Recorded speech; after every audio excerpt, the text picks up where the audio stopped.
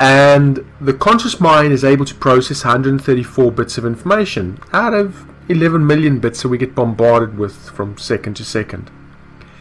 The conscious mind is the part of you that's verbal, rational, thinking, and it conceptualizes everything.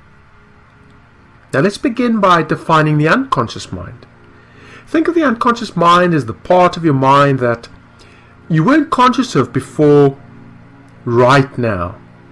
You see, until I mentioned it, you weren't conscious of the feeling of your feet against the floor, or your back of your legs against the chair, or your back against the chair. And you certainly weren't conscious of your eyes blinking, or your breathing, or the beating of your heart. And all those things are things that the unconscious mind does for you. Understanding the unconscious mind puts the notion of change into perspective, because the fact is that when we create change, the changes happen at the unconscious level and in conjunction with the unconscious mind. The conscious mind is only aware of now. The unconscious mind, besides being aware of now, also stores all of your memories. It's aware of the past and the future. The conscious mind learns sequentially, so one thing after the other, where the unconscious mind learns things concurrently. The conscious mind needs time to learn things. The unconscious mind can learn instantaneously. Like sticking your hand in the fire. It's hot, so you don't do it again. The conscious mind has cognitive learning, and the unconscious mind is experiential. The conscious mind is in charge of voluntary movements.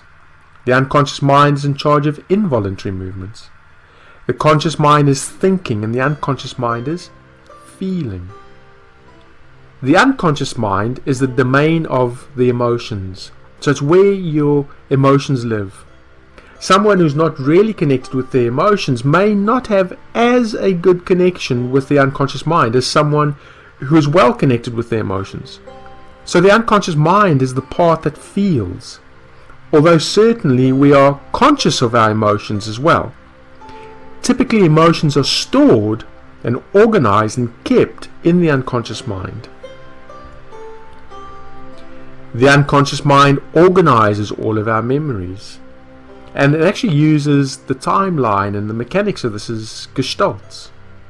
Our memories are organized generally according to time, but they also organized and according to subject. They're also organized according to a feeling, and that's what allows us to have a certain, like a chain of memories of, example, happiness, or a chain of memories of frustration. The unconscious mind will chain all of those together. The unconscious mind takes everything personally. And this, again, is the basis of perception's projection. It's almost as if, when you point your finger at somebody and then you'd say, oh, but you got 3 fingers pointing back at you. So every time you look outside of yourself and you point a finger at someone and you say, that person is so and so and that, the unconscious mind takes that personally and thinks you're talking about yourself. So the unconscious mind takes everything personally, and that's like a double-edged sword. It's good and it can be bad. It's good if you can get control of your thinking. See everybody again as a divine human being, and see yourself as divine. Now what's really great about NLP and working with clients, whether it's in business or education or therapy, and working with clients on an everyday basis and believing that they can make change. So the unconscious mind taking everything personally is a real important part of NLP, because every time you work with someone else and they change, it also increases your belief system about yourself. It increases the belief system in yourself, and you change and they change. The unconscious mind works on the principle of least effort and the path of least resistance. The unconscious mind will do as little as it possibly can to produce the kind of results that you've asked for it. So it's really important, because it means that we need to pin down the unconscious mind. We need to be very specific when we're asking for things. Example, if you set a goal and say, I would like to make more money, and you walk down the road and you find a tenner, well, that's more money. But was that what you asked for? Probably that's not what you meant. But the unconscious mind works on this principle of least effort. The unconscious mind doesn't process negatives. So if I say, don't think of a blue tree, you're probably first going to think of a blue tree. So we have to be very careful to suggest to our mind and to our clients the kind of changes we actually want them to make. Now, of course, we could tell them what not to think about. So, for example, I could say, don't think that this is going to be really, really easy to make this change. And, of course, the client's unconscious mind will pick up the really, really easy to make the change. Hearing that primarily over the, I don't want you to think it'll be easy. And by telling the client then what not to do, you're actually telling them what to do. The thing is that when you ask somebody what they want, most people are really good at telling you what they don't want.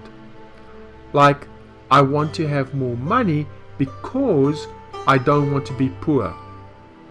And so the unconscious mind, the focus there is on being poor. You see, because it doesn't register the negative. And so most people, their focus is on the things that they don't actually want.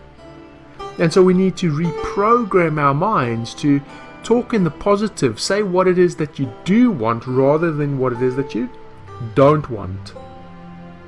You know, we say that the conscious mind is the goal setter and the unconscious mind is the goal getter. The conscious mind is only the tip of the iceberg, where the unconscious mind is all that below that you just don't see. Now, during the live training, we're actually going to be talking about this in a much deeper level. In fact, we're also going to be talking about an additional 15 prime directives of the unconscious mind and really understanding how the unconscious mind has an impact on everything that we do. And so just take a few minutes and think about this for yourself. You know, what are your thoughts about the unconscious mind? How do you think that you are influenced by your unconscious mind? So again, considering if the conscious mind is the goal setter and the unconscious mind is the goal getter, you see, the problem is that if your conscious and your unconscious minds are at variance, then the unconscious mind will usually win out. So if your conscious goal is to make more money, but unconsciously you don't believe that you are worthy of making more money, then you may be sabotaging yourself or making it really, really difficult to be creating more money in your life. So think about that a bit. How is your unconscious mind working for you? And so that's just a brief overview of the unconscious mind. And like I said, during the training, we'll talk about this in a lot more detail.